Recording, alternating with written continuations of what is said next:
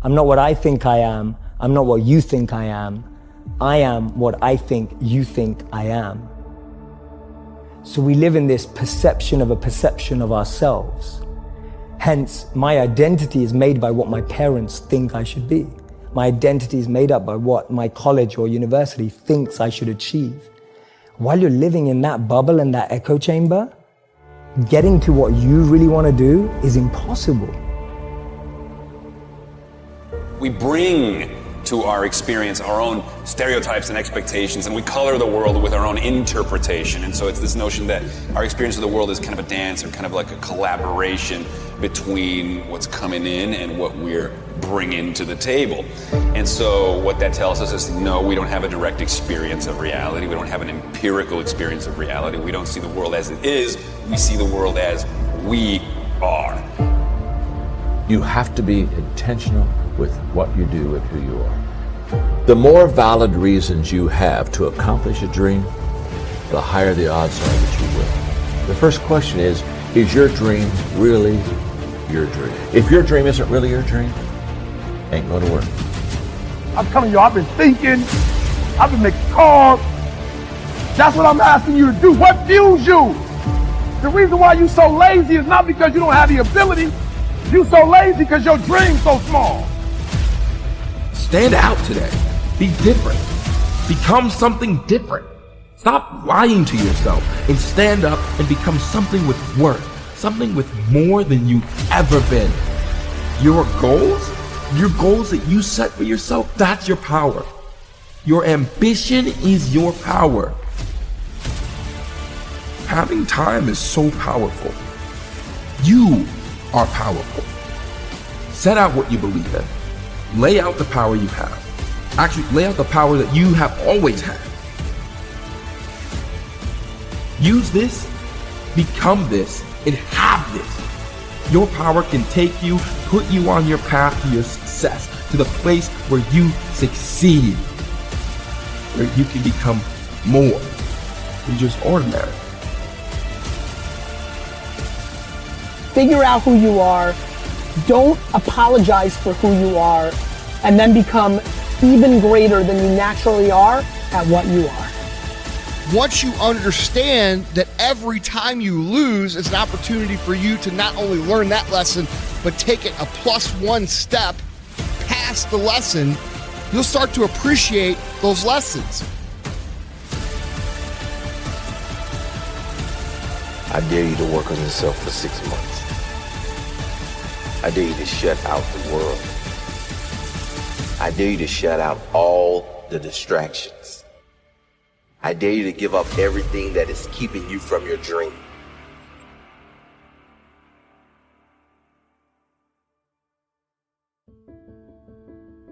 It's been important for me to empower my children, but not only my children, but thousands of young people across the country. And education is the key for a lot of people.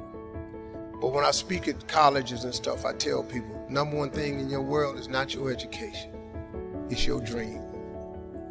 So what you dreaming about, y'all? What you still dreaming about? No matter how terrible a situation is, no matter how bad it is, there's still gonna be a rose that grows from that concrete. Every person on this planet is capable of changing the world by changing themselves. I've always had friends who are older than me. And I could see a lot of them in the most successful careers, successful jobs, beautiful partners, whatever it was. But I saw a sense of lack of fulfillment, meaning, and purpose in their lives.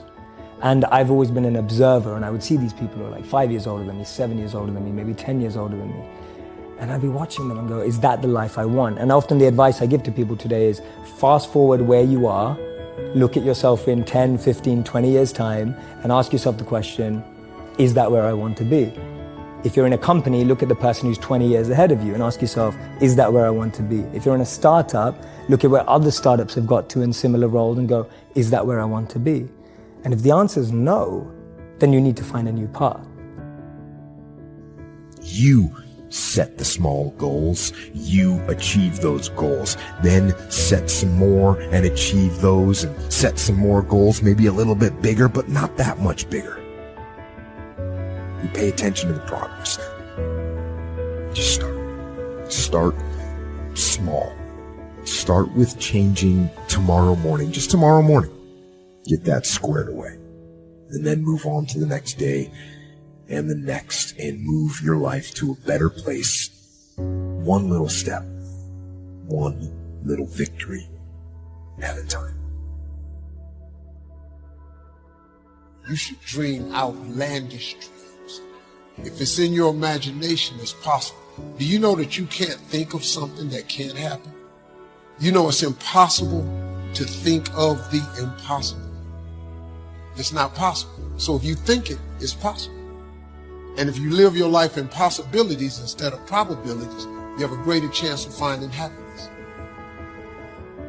Guess what I had to do at age 25 in order to change my own future? I had to change my mind. I had to change my thinking. I had to change my philosophy. I was messed up on what was causing my problem. And once I got that straightened out, that all the stuff I blamed, the government, taxes, the marketplace, the economy, and things cost too much, negative relatives, cynical neighbors, once I got rid of that and started going for where the real problem was, which was me, I'm telling you, my life exploded into change. My bank account changed immediately. My income changed immediately. My whole life took on a whole new look and color immediately. And the early results I got from making these philosophical changes tasted so good, I've never stopped the process in that day. What I'm sharing with you is stuff that everybody can apply today. If you are sitting in here thinking that you're too old to listen to what Steve, hell, I'm 60.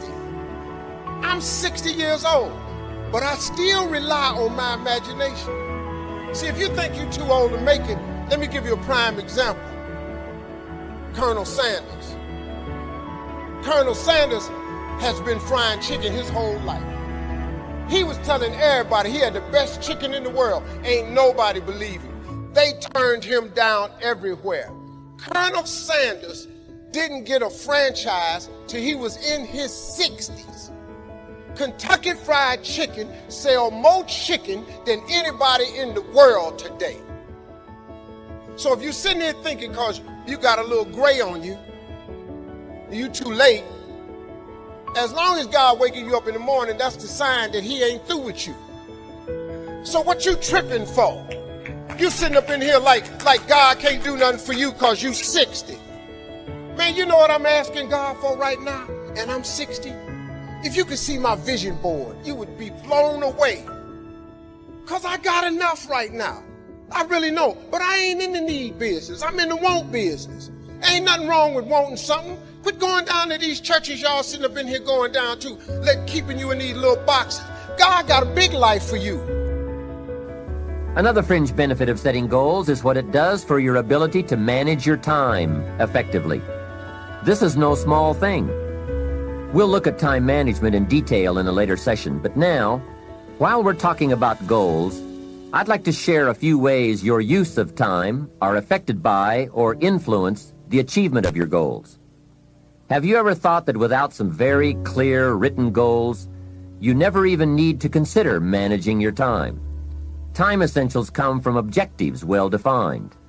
Time can't be critical if objectives aren't defined. Now you might be one of those uniquely fortunate individuals who can keep